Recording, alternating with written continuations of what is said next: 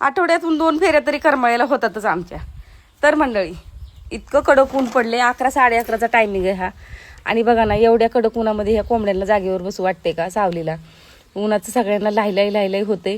चौधरी साहेब तर अक्षरशः एवढ्या सावलीत बसलेत झाडाच्या, तरी पण शर्ट वर करून बसलेत. झळ्याच तेवढे लागतात, तेवढी गरमीच वाढली, काय करणार. तर आम्हाला जायचं होतं करमाळ्याला आज सुद्धा, आणि म्हणूनच माझी वाट बघत बसले होते. तू बाई उरकून घे तुझं, म्हणजे आपल्याला जायला मोकळं. मला म्हणत होते खरं तर उन्हाच्या आधी जाऊन येऊ, पण काय करणार, तिथं जाऊन पण बसायलाच लागतं, गर्दी असते म्हणून. दुपारचं गेल्यावर तरी गर्दी नसते, मग पटकन काम होऊन जातं.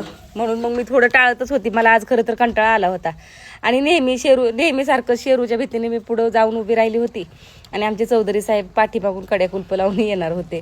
मग मी काय जाऊन रस्त्यावर उभी राहिली, आणि मग आले चौधरी साहेब, आणि मग आम्ही गेलो करमाळ्याला. तर जाताना मी आज तोंड पॅक करून घेतलं होतं, कारण एवढं कडक ऊन पडतंय. आणि असं गाडीवरनं जाताना ह्या डांबरीवरनं तर ना डांबरी तापलेली असती, एवढ्या गरम जळ्या येतात, जसं काही चुलीच्या जवळच बसले आपण, एवढी हाय लागते त्या जळ्यांची. आणि हिथं बसून बसून शेवट वैताग आला, शेवट बसायचंच काम झालं हिथं पण येऊन. तर असो, आणि ह्या नादात ना मला सामान घेऊन जायचं होतं, तर ते सामान मी घेऊन जायचं विसरली. पण आता काय अडचण नाही, सामान घेऊन जायचं जरी विसरलं, म्हणजे किराणा मालच घेऊन जायचं होतं, तर ते विसरलं तरी पण आता काय अडचण नसते, कारण आमच्या फट्यावर झाले आता सुंदर मिनी मार्ट. आणि हे सुंदर मिनी मार्ट झाले, इथं सगळं सामान भेटतंय, खूप छान वाटतं बरं का. आणि ते बघा त्या बाजूला माझं सासर आहे, आणि ह्या बाजूला माझं, ज्या बाजूला दुकान आहे तिकडं माझं माहेर आहे.